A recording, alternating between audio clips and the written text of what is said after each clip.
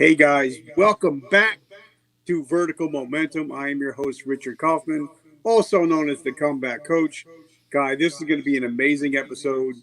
If you love podcasting, if you love blogging, you want to get a piece of paper because you're going to want to write everything down. My friend Marc is one of the best writers that I know, has an amazing podcast, which I can't wait to be a guest on, I think, next week. I'm really looking forward to it. So get ready. This is going to be fun. I want to thank our sponsors. First of all, our sponsors is me. I came out with my own coffee, which is a high energy coffee. Tastes amazing, but I'm not selling this one. I'm actually giving it away. So if you want this cup of coffee, make sure to enter by leaving the word coffee in the comments. I want to thank our other sponsors, Tammy Moses of the Hoarding Solution. She has a podcast about hoarding and mental health issues. And also our other sponsor, Kurt Balish of Balish Woodworks, makes the most amazing furniture and stuff for your house and your business. So definitely check them out. Guys, this is going to be a fun episode. Marc, my brother, what's going on? How you doing today, Richard? Not much. Well, actually, there is a lot going on here today, as I told you before. But all in all, just another day, just trying to, I, for lack of a better word, trying to kill it, slay it, whatever the word you want to use, the action word, and ready to have some fun. So tell us a little bit where you come from, where you grew up, and what kind of little kid was Marc. So I grew up in Reading, Pennsylvania during the 80s, and during that point in time, it was a very ideal place to grow up. Had lots of friends in my neighborhood, but also kind of grew up with a lot of obstacles. I was born with cleft lip and palate, and there's a whole package deal that went with that. Was born with like a really rare syndrome that came with a bunch of other issues along with it, kind of a package deal. So that made growing up a little bit of a challenge. Had a lot of challenges both in the house, certainly outside of the house, and the type of kid I was. I think I was very creative, but also maybe a little bit shy, maybe a little bit unsure of where I fit into the world, and kind of unsure of myself, but also very nice and fun and loved sports, loved music, loved all the things that a lot of kids like. I shouldn't say all kids, but a lot of kids like. Now, did you play any kind of sports, or did it prohibit you to play sports? So I played baseball for like 3 years for an association called Northwest AA, and it wasn't really for like a school or anything. It was just for fun. I wasn't really that good, but I was a great bunter, and I was great at drawing a walk. Wasn't exactly a home run hitter, but I was okay. Now with basketball, played for the same organization and then also played junior high for Muhlenberg, and I was pretty good. I think I thought I was better than I actually was at basketball, but I was pretty good. I on a good day I could score like 9, 10 points in a game. That's pretty respectable, I guess. Now, like for me, I grew up in a very an abused household. So for me, and I also had severe ADHD. So for me, my solace was books and reading. What about you? What were some of your go-to things for comfort? I think the go-to thing for me back then, and frankly to this day, oddly, are like music videos and music. I would like one of the reasons I got into the broadcasting industry was because of MTV. I fell in love with MTV during the height of it in the 80s, and I used to just sit for hours and watch video after video, and I can still do that. I'll watch MTV Classic now in the middle of the night just to relax my mind and to go back to sleep if I'm still tired. And video games was also a big thing, and that too is still a big thing for me. So some things never change. Now, one of my, I'm a big 1980s hair metal guy. I love rock and roll, and a lot of people don't realize that Poison is really from Mechanicsburg, Pennsylvania. So I'm a big Poison guy. So shout Me out too. to Brett and the boys. Uh, so did you go to college for audio visual or anything like that? So college was interesting because I wound up starting out my college career at a college that didn't even have my major. So I was really passionate about all things audiovisual. I used to take black and white TVs apart and tinker with them. I used to get TV guides of all sorts and just study them. And I had a real fascination and passion for it, but my parents kind of pushed me to try other things because how many people do you know that are working in the broadcast industry? It's like, it's hard even for somebody like me who's been in the business for 17 years to meet people like me. So it's not really common, but ultimately, after a few years, I was just like, look, I need to do this. So I wound up going to a college near my home and studied television, what they used to call it electronic media, but it's just television production. And got my degree in 2005 Now, what college and did you go to? from Kutztown University. I know it very well. My son is actually looking at going to ESU next year. Oh, nice. Yeah. Another good school. Yep. So now, obviously, over the last 10, 15 years, audio and video has changed so much. So, talk to us what it was like back then in 2004 to 2005 compared to today. Well, back then, everything was still very like tape based physical media, and that's how you would get the media, anything that was already pre recorded, onto a server and eventually onto the air. Everything today is obviously a lot more sleek and slick. It's all pretty much all file based, and yeah, obviously the technology, the definition of the video, the clarity of the audio, everything has advanced. I was right at the end of the standard definition era, and now we're into like Lord knows what, like 4K, UHDK, blah blah blah. I mean, it's so far out there now, it's crazy. So, now, did you really enjoy being behind the camera, behind it, or did you always want to become in front of the camera? I think I didn't believe in myself as far as being on camera. I think I always wanted to be in front of the camera, a performer of some sort, whether it was me being a anchorman or a meteorologist or whatever, or maybe really becoming a performer. But I had so many messages getting fed into me that were negative, and just being born as I was, it's like, well, who's gonna listen to me? Who's gonna watch me? And it took until I got into my 30s before that imposter syndrome and that way of thinking really changed. And like I just put out a post yesterday um, about how when I was 5 years old, my teacher would make fun of me because I had ADHD, and he would call me stupid and say I would never be anything. I would never make anything out of myself.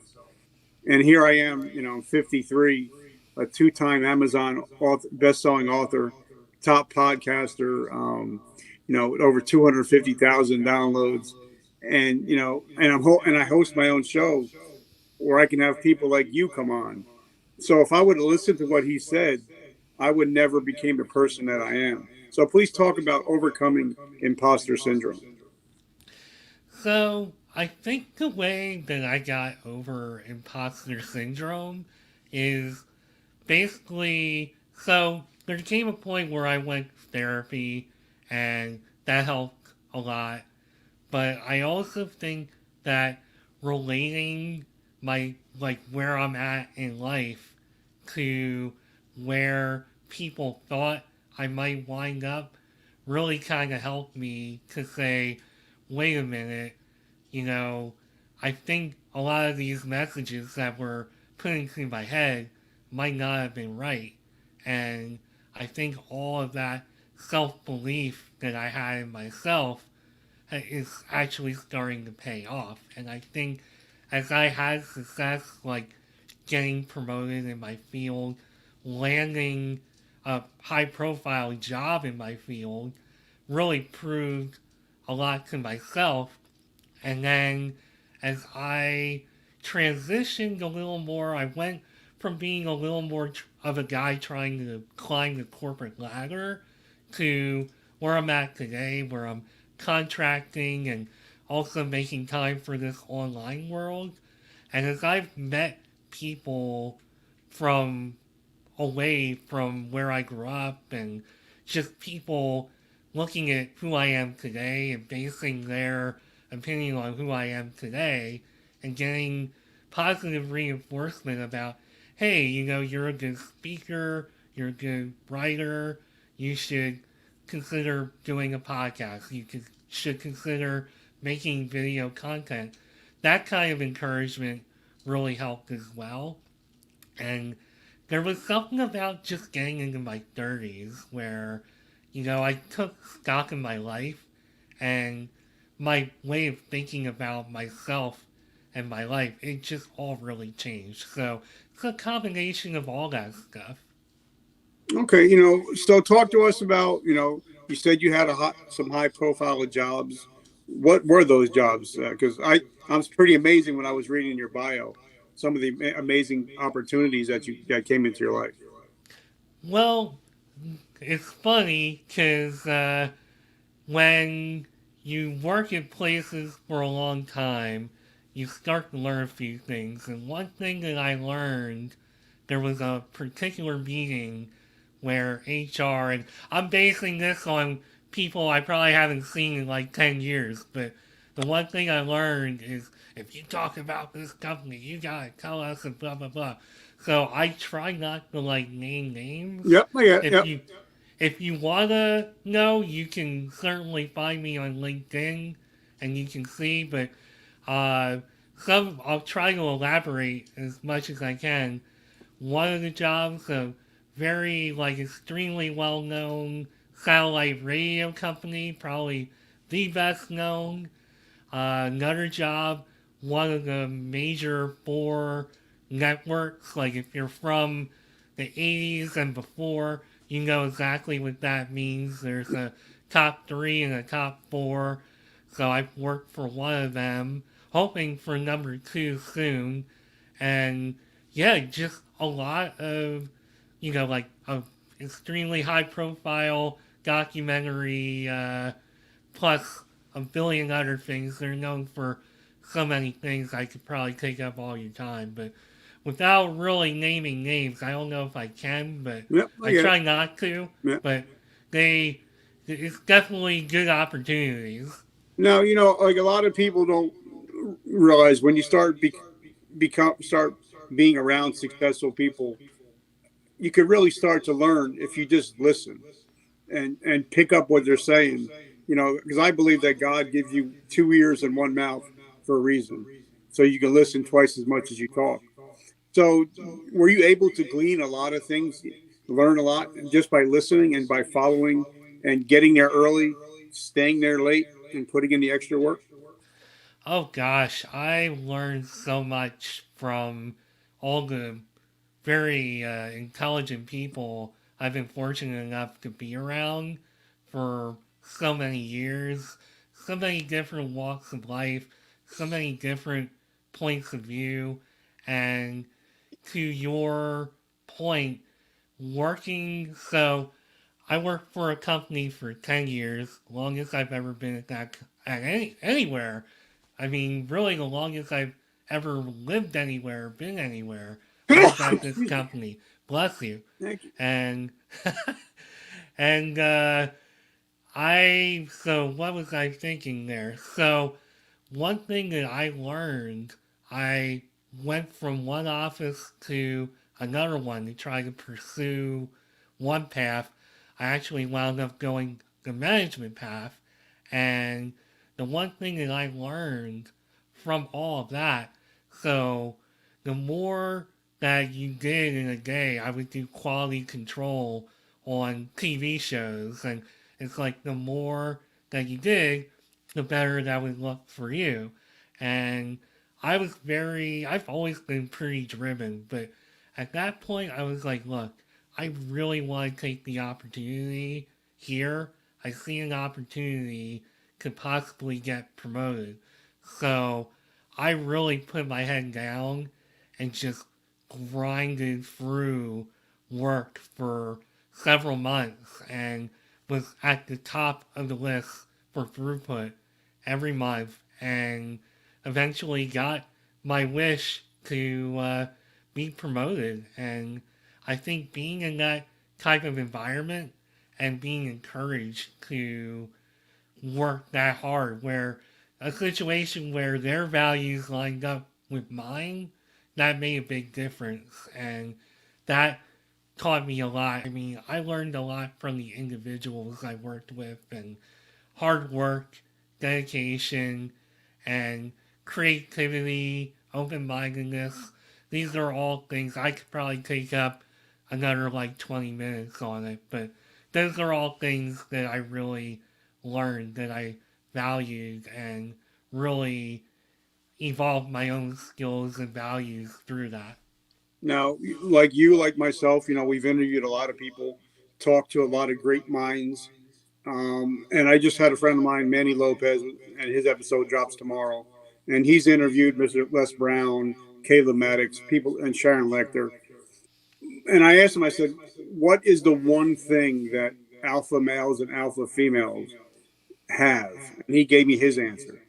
What have you noticed is the one thing that any alpha male or alpha female has to make them successful? I think it's passion. So, as I've been going through the current season of my show, the one thing that I keep seeing, and I don't know why it hasn't really occurred to me in like my frontal lobe a little bit more, but as I go through talking about everybody's path and their crossroads, everything is very like, oh yeah, I did this and I did that. But as soon as they get to that crossroad and start talking about what they're doing, it's their face will light up and it's passion. Passion is what I see the most. Okay, so now, as you were working these amazing jobs, were you also blogging on the side and doing podcasts on the side? So I feel if I have a few regrets in my life, and I certainly don't let it define my life, but one regret that I have is that I didn't really dedicate myself to blogging a little earlier in the the life cycle of the internet, because I really see not only what an outlet it was and is for me to be doing podcasting and blogging. I haven't really blogged as much in the present as I did in the past, but I think once I left my job of 10 years and kind of started a new chapter, I started doing a lot of this stuff on the side and has kind of been that way since.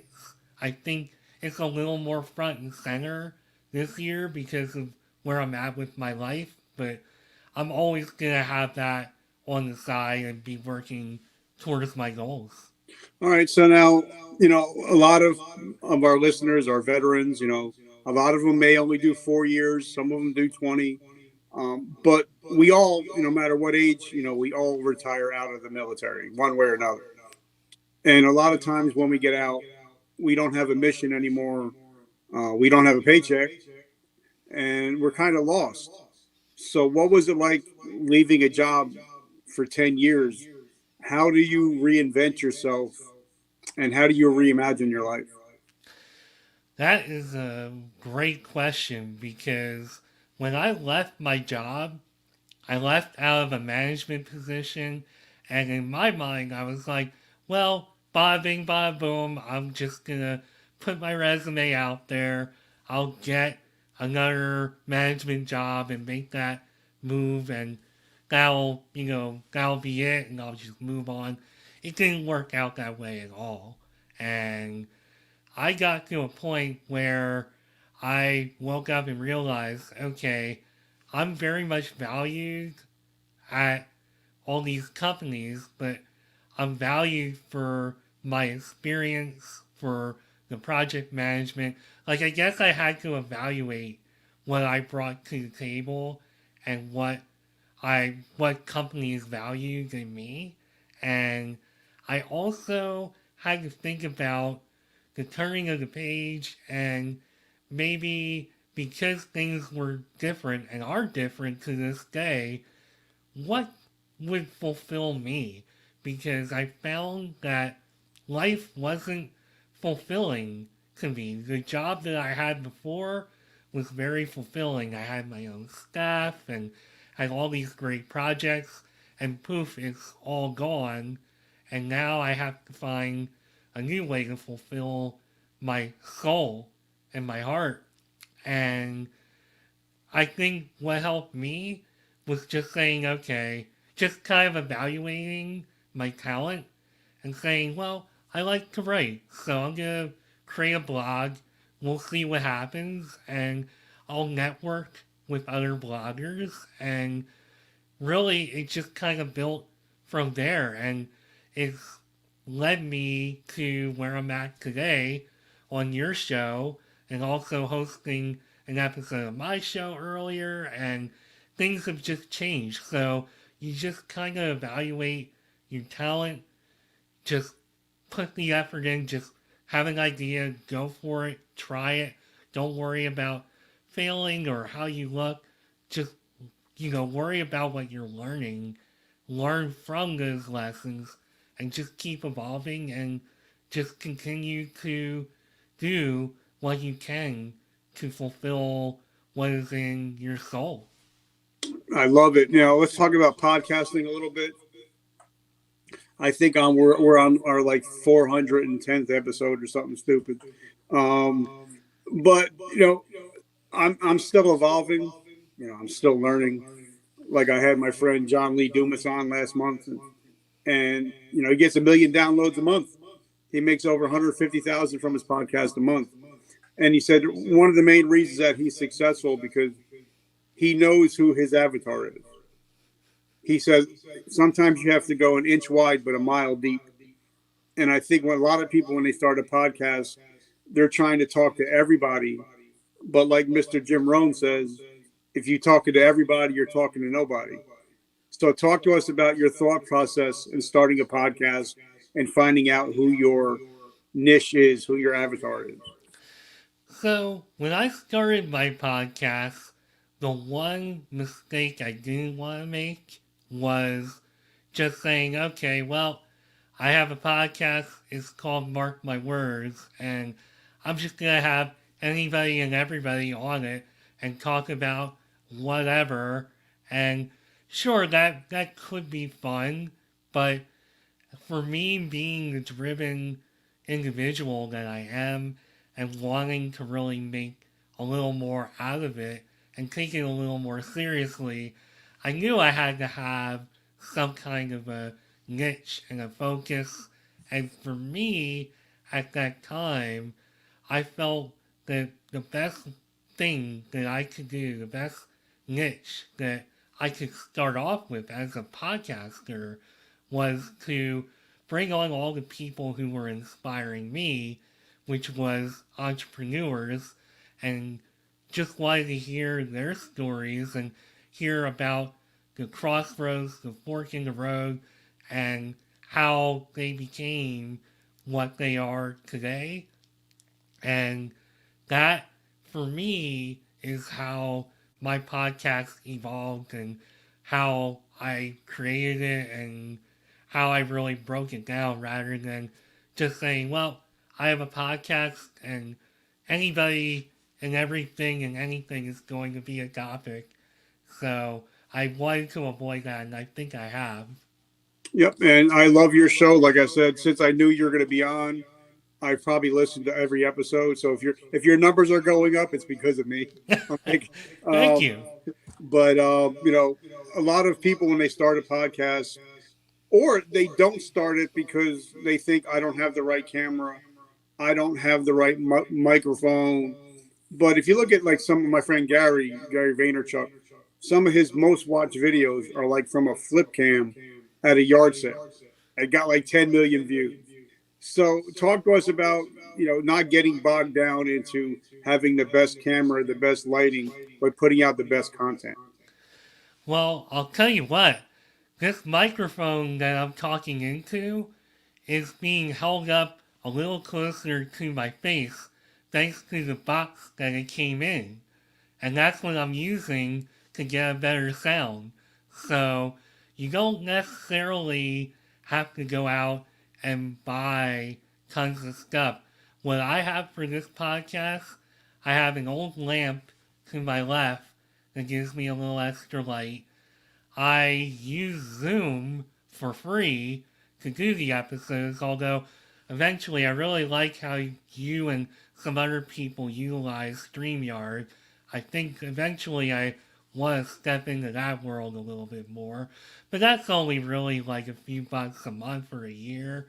Um, I have a light behind me, and just kind of offhand, I can't remember the type of name of the light. They're the very popular circular LED lights. Maybe you'll Yeah, have the word. But yeah, I use that.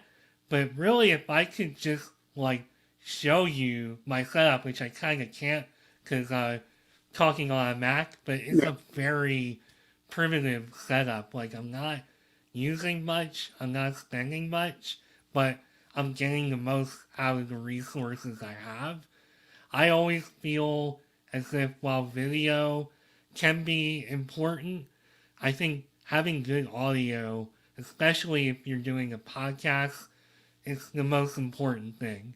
So as long just have a mic, spend a few bucks to plug it into your computer, and if you need to do what I'm doing, using the box it came into for a better sound, do that. Just be creative with it, and especially to start off, just keep the budget low. Try it out and find your voice like internally, and find your voice for the actual content. And then if things are going well, you're enjoying it, then upgrade. I love it. And it's funny because here I am. I got my flag behind me, obviously, but all my kids' shit is behind me. So, they're not going to see all the Xboxes and toys and stuff. But like you said, you don't have to have the best stuff as long as you're real and you're being real, you're being honest. I think people feed into that. They know that if you're just bullshitting or if you're just trying to make money off and you're not trying to add value. So now we all know that there's over 2 million podcasts now, but only 50% of them are active. And if you have more than 13 episodes, you are in the top 10% in the world. But a lot of people quit because they don't realize this is work. It's like another job. So talk to us about that. Talk to us about the fallacies of starting a podcast and why it is really work sometimes. Yeah, it's definitely worked because so if you do the podcast the way I do it, I will do like a 15-minute like interview to break the ice and to make sure it's even a good fit, because not everybody's going to be a good fit. And so that part is a lot of work. And the episodes themselves, like even me being a guest on this show, I consider this a ton of fun. I don't necessarily consider this part of it work, Yeah. but everything else is work because you gotta promote it. You gotta, you may have to edit it a little bit. Although with mine, I try to keep it pretty simple and just go straight one end to the other, but there have been times where I've needed to edit audio, and then if you want to do all of the other work, like create the graphic and do all this other stuff that goes along with it, it takes time. And then you're talking about creating an intro for your podcast, and do you even have the ability to create the music or to take the samples from something like, I don't know, the guitar app on the Mac and make something out of that for an intro? And it's just, there's so much thought that goes into doing a podcast that, yeah, it can be like having another job. And then you're dealing with all different types of personalities, and you may be very thorough and tell them what to expect. You may get to the point where it's time to put it out, post about it on social media, and they may come back and say, I don't like this, I don't like that.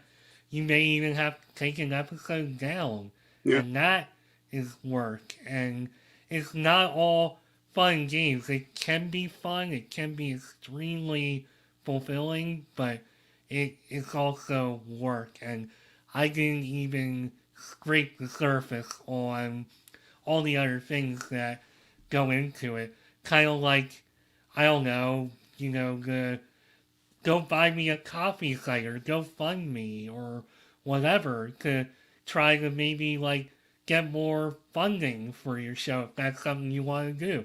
It's a lot of work. It's a lot of fun, but it's so much work too. Yeah.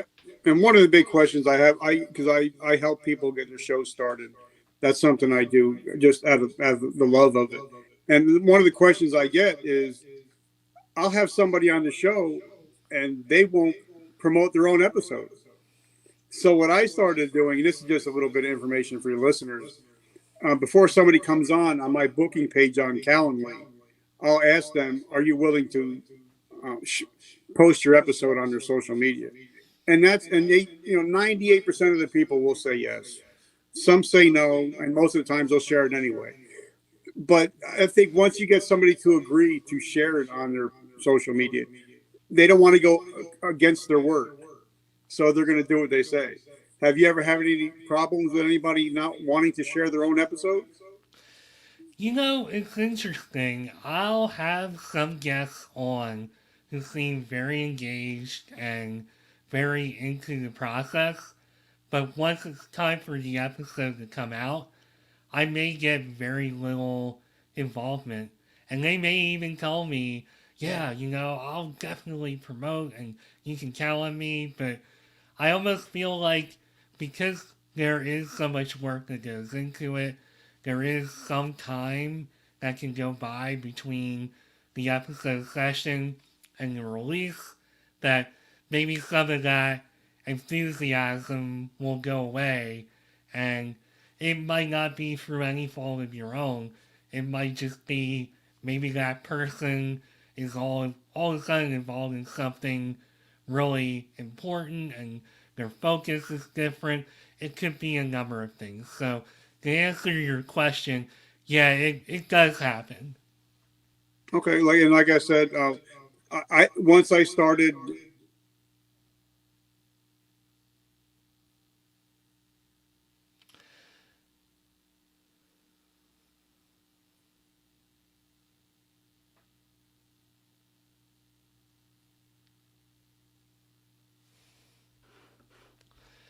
I think your mic might be on mute. So how do we find your podcast? Is it on Apple? Is it on Spotify? And how can we support your mission? So, my podcast can be found on Apple, Google, Audible, pretty much anywhere you can find podcasts. Oddly enough, except for Spotify.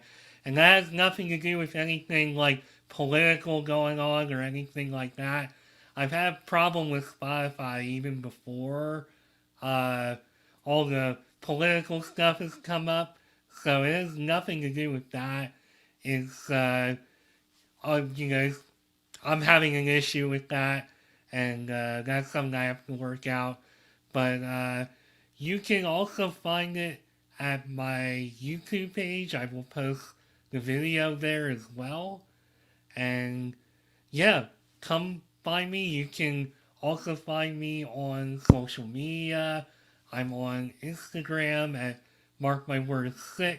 I'm on Instagram at Nimrod79. I was born in 79. I'm a huge Green Day fan, and some handles on the internet are hard to part with, so I've been using that for decades, and you can find me on Instagram, Twitter, and definitely find me on LinkedIn. I'm always posting about careers, entrepreneurship, and I love when people join the conversation on that. So, yeah, come find me, whether it's my show, social media, or both. I love it. So, guys,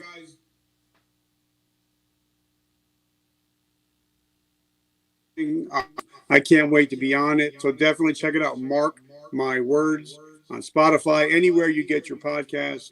Definitely check them out, guys. If you love coffee like I do, make sure you pick up your coffee.